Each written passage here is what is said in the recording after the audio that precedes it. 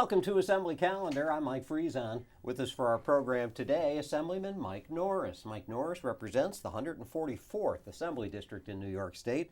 That's an Assembly District that includes parts of Erie County, Niagara County, and Orleans County. And we want to thank you folks all across Western New York for tuning in for our show today, where we're letting you know what's going on at the state capitol in Albany. Mike Norris, as the 2019 legislative session is now in shutdown mode. It's coming to a close. Hard to believe. Seems like we just got this thing started yesterday. Yeah, it did. We had the budget, and we had some very bad progressive legislation that started off earlier in the year.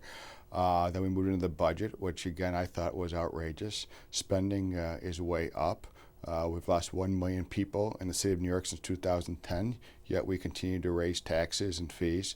So it has not been the most exciting agenda that's been put forth, but I want the constituents back home to know that I continue to urge the Speaker and the leadership that we need to focus on real issues that affect the lives of New Yorkers, and that includes job training to make sure we get individuals who are not working or who want to, for example, high school students go into trades, go into workforce development, because there's good paying jobs in those areas. We just have to match the skill set with these jobs.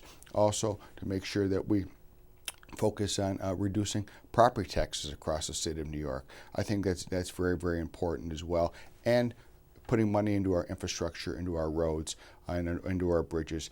That's what government is supposed to be doing, making sure we protect our infrastructure and making sure we provide adequate funding for education and job training programs. You made the point of saying that the legislative session started off this year with some seriously progressive legislation. Looks like it might end that way too. We're going to be talking about the push to get driver's licenses to illegal aliens in New York State.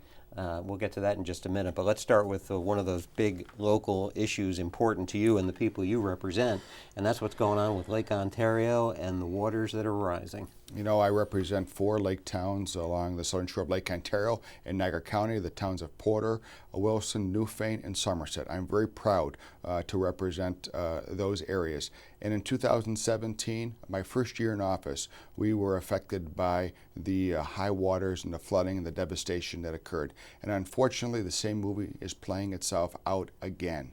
So there's a few things I just want to make sure I emphasize to the constituents back home. One, take a moment to thank our first responders, our highway workers, the volunteer firefighters, our emergency services, the National Guard. They've all been on the ground assisting during this crisis. And I think it's very, very important that we recognize the service. Many of them are volunteers who are working there to protect the shoreline. Secondly, Plan 2014. I have been on record and will continue to push to make sure that Plan 2014 is revised. I think the IJC should go back to Plan 1958 DD. When we were under that plan, we did not have all these highs and lows that are occurring along the southern shore of Lake Ontario. And I also want to make sure I emphasize, because I was at a big seminar yesterday, I want to talk about in a moment, with our local officials, our county officials, our state officials, our local officials, and Mayor Art Lawson from the village of Wilson made it very, very clear that we are open for business still. Though we have the flooding along the southern shore and it is impacting the residences and the businesses infrastructure, the businesses are open. The charter fishing industry is open. So I encourage everyone to please take some time this summer and go up and visit the southern shore of Lake Ontario. It is absolutely beautiful. The tourism, the shops, the people, it's just a great place to be. We are open for business despite this flooding, and please, because revenues are down 12% right now for these local businesses, and it's a very seasonal business between Memorial Day and Labor Day in particular. So I just want to encourage everyone to take a moment, even if you live in other parts of my district, in Alden, Clarence, Lockport, go up and enjoy a nice meal, enjoy a fishing charter, and visit the shops along the southern shore. And then I do want to talk about the future. And what are we going to do about the devastation that continues to occur along the southern shore? I had the opportunity to meet with fellow legislators last week with Governor Cuomo in the Red Room here at the state capitol. And we talked to him about the need to put dollars in for economic development and to be resilient against these waters. I hope that the IJC, the International Joint Commission, takes action, goes back to the 1955 and 58 DD plan, but I don't know if that's going to happen. So we have to plan for the future, and that's what the governor heard from us and has put forth a plan of an investment of $300 million along the southern shore of Lake Ontario. We were together yesterday in Rochester with these officials where we heard about this plan and the need to actually put the dollars in for economic development. The governor recognized, and we've been urging him for many years, to put money into these communities, into these rural and tourism communities. And he's listened to us, and he's put forth this plan. And what it will include is making sure that we rebuild our harbors, making sure we have tourism in there.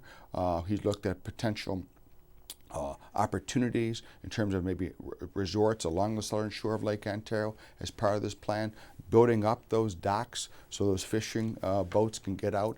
And I'm very pleased to have worked with the governor's office and will continue to urge him about the important aspects of the southern shore where I represent, including Old Fort Niagara. That is the oldest building, which is east of the Mississippi River, Old Fort Niagara. It's historic. I encourage everyone to go up there and to visit because it's very, very important that we preserve this. And the wall in 2017 took a beating. We did some reinforcements, but it also needs to be reinforced again for the long term. We have 4 state parks along my district, and making sure that those banks are secured. The Wilson Harbor, the causeway between along Sunset Island, between the park and Sunset Island, that's something that I've talked about with the governor's staff. And in Orchid, to 3 projects. One is the break wall out in the water to break the water before it even comes into the harbor. There's also the East Containment Wall, pump station number 6. That needs to make sure that is redone properly to get the water properly out. And then, and finally, the bluffs along the western side of Orchid. That's something else I'm encouraging the governor's staff to work on. So we're working in a collaborative effort, also Golden Hill State Park in the town of Somerset, another area. So we are working together, all of us, all levels of government, to shore up the shore along Lake Ontario, to rebuild, to put economic development investment here. And I'm just very proud to be just part of the process because it's exciting. As a Western New Yorker, someone who's been on the water many times, have gone up to buy his popcorn, sat by the water.